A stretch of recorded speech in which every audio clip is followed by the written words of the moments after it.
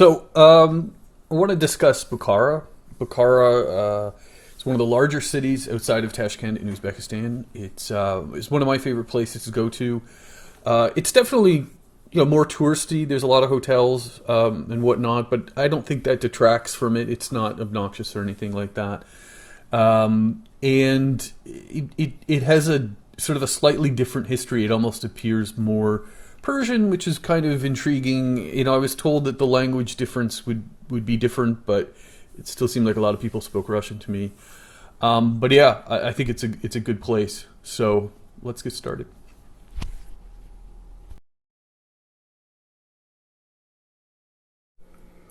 So unlike Samarkand, if you're coming from Tashkent, Bukhara is a little further, of course, and the train transportation is not quite as consistent and as fast.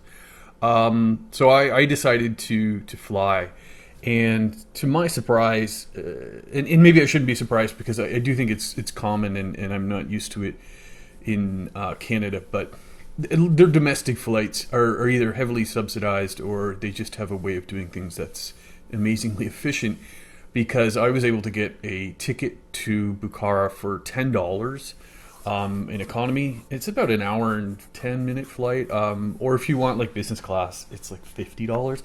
Now, mind you, that's if you book far enough out. It obviously it gets more expensive as you get closer, like anywhere else. But that was pretty successful. Whereas like in Samarkand, taking the train, taking the planes is about the same, and the cost is also about the same. Now, one thing I'm sure most people are coming from Tashkent, the airport there, and you discover this, I guess, perhaps as you arrive. It's split into two really, and one is the international portion where they have all their flights to Europe and Moscow, New York, etc. And then they have the domestic portion, which is here, and they're really considerable distance from one another, more than what I would be used to. If you need to get between the two, you have to take a cab. There's no shuttle or anything like that, and you can see that the regional one, the domestic one, is a much smaller environment, and then the international one is much busier. And of course, it's only Uzbekistan Airways here, whereas you have a mix of other airlines at the other one. And then my experience also is that when I went there, it's a little chaotic. You might have to ask a favor to get someone to translate because they really don't have a lot of direction, and there's people who live there who don't understand what's going on as well. And I would arrive early and just try to ask somebody who might speak English. If for help or something like that, and they'll help you out. Other than that, like the security is very quick, and like I said, it's a pretty small airport. And then the flight to Bukhara, like I said, not very long. Once you get there, it's a small place, so taking a cab into town, it's not very expensive. It was a little chaotic, and of course, it's the same deal that you get in a lot of these places where it's just taxi, taxi, taxi when you come out, and you have to be forceful if you don't want a taxi, and you have to negotiate if you do. I seem to be a lousy negotiator, and I tend to pay more than I should, but it's always inexpensive relative to what I'm used to paying. And then most people end up downtown, or I shouldn't say downtown, it's sort of a central area where you can see there's just a whole handful of boutique hotels that we'll get to, and this is where the touristy type things are. So I would argue that a lot of the sort of typical places that people go to are in this sort of region here, and it's very walkable.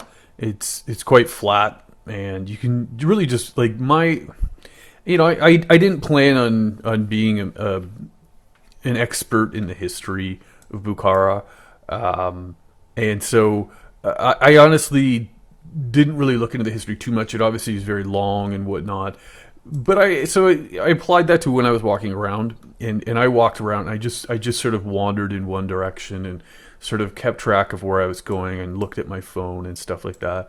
And so I just want to mention that prior to starting, the video is going to start here, which is, it is kind of the center of this area where you can always catch a cab and get a restaurant, and a lot of people seem to hang out there.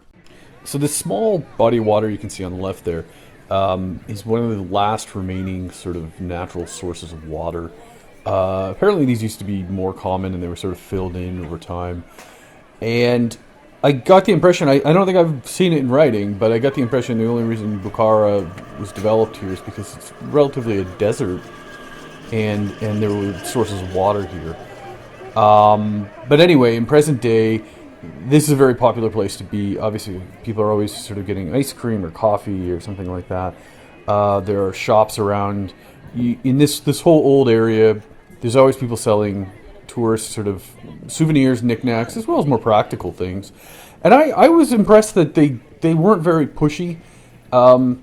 Relative to other things, even just like markets and stuff like that, especially if they see that you're from out of town or from the West, they become pushier. But here, it was really great. You could have a look at something, and they would mostly just leave you alone. And that's the thing, like this whole area is filled with old buildings and whatnot, and I struggle to understand what the exact use of each of these buildings originally was. Like, I do understand that some of these are sort of schools or churches or something like that. When I say churches, I mean sort of religious buildings. But now they just seem to be filled with people who sell local things. And then the thing is, you can go into them for free, whereas if you go to Samarkand, the most popular things you have to pay a small fee to get into, and it seems much more structured in that they're trying to capitalize on just being there. Whereas here you're free to roam wherever you want, and of course it makes for great pictures. It makes for awesome walk and whatnot. Everything is very walkable. As you can see, it looks very flat, and everything is within a short distance. I honestly didn't make an effort to understand each building's age and its significance and whatnot. I just thought that it was fun to walk around in. And I think as long as you just sort of keep your phone handy and make sure you're not getting too far off the beaten path, you just have to wander around. Obviously, you can do something much more structured if that's your thing. The central area, as you might have seen on the map, it's just filled with hotels.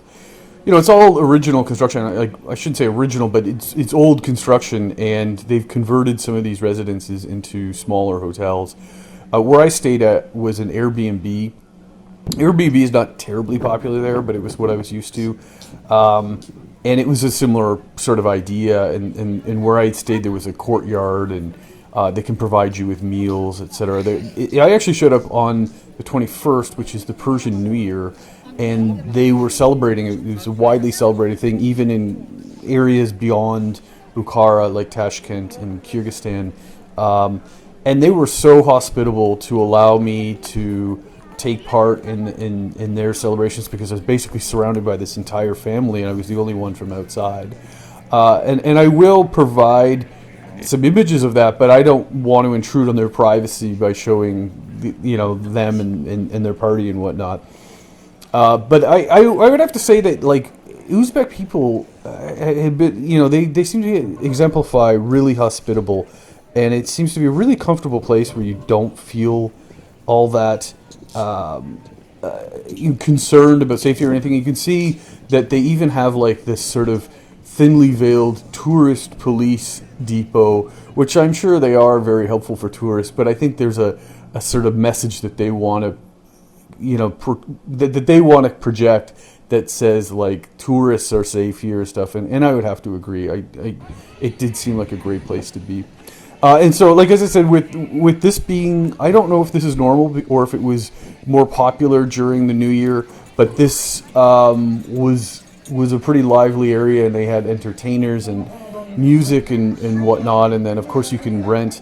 There's certain things you can rent in Uzbekistan everywhere, these sort of pedal-powered, I don't want to call it a bike because it has four wheels, as well as you can always rent small little children's vehicles and stuff like that, and then the same sort of food is available everywhere by local merchants, and it was fun. And like I said, there's not a lot of pressure to buy, and people aren't bothered.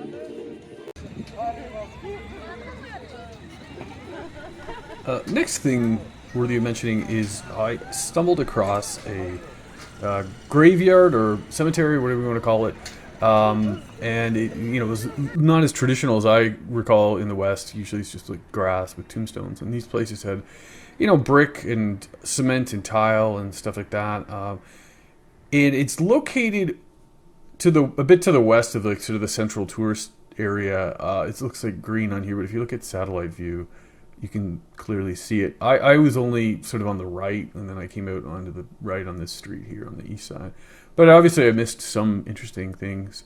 But I don't know. Some people wouldn't be terribly interested in something like this, but I thought it was interesting. They have a lot of new sort of headstones with very high res images of the individual there. So it was interesting to see a different way of doing a cemetery than what I'm used to.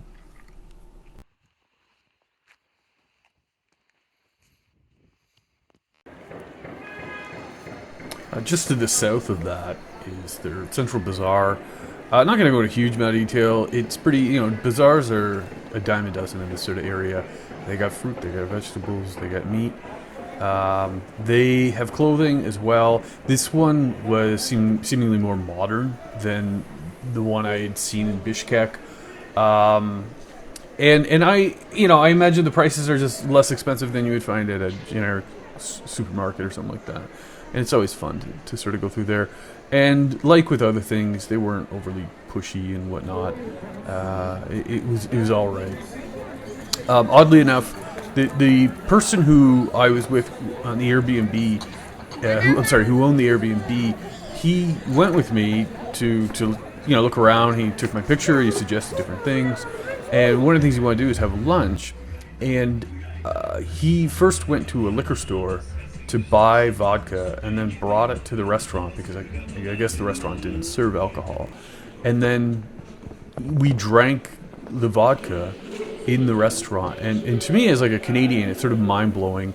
If you brought a bottle of vodka into any restaurant, whether they serve or not, you would instantly be like looked at like you have two heads or something. Like there's no way you can do that, right? But there, I guess if they don't sell it, then you're welcome to bring it in and accompany your meal.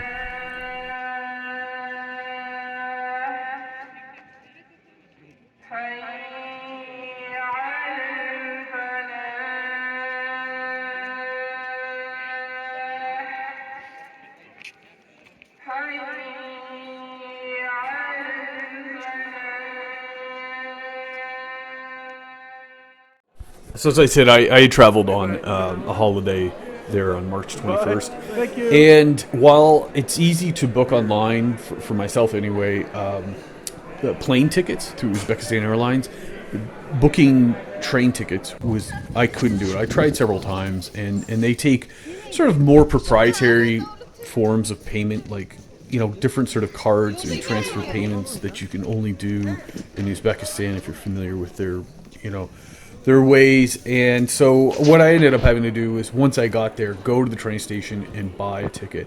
And because of the holiday, I did not really have a lot of options to choose from. So unfortunately, I was only able to stay in Bukhara one night, and at the end of the next day, I was able to take a night train back to Tashkent. And so the train station I actually found was more user-friendly than the airport in Tashkent.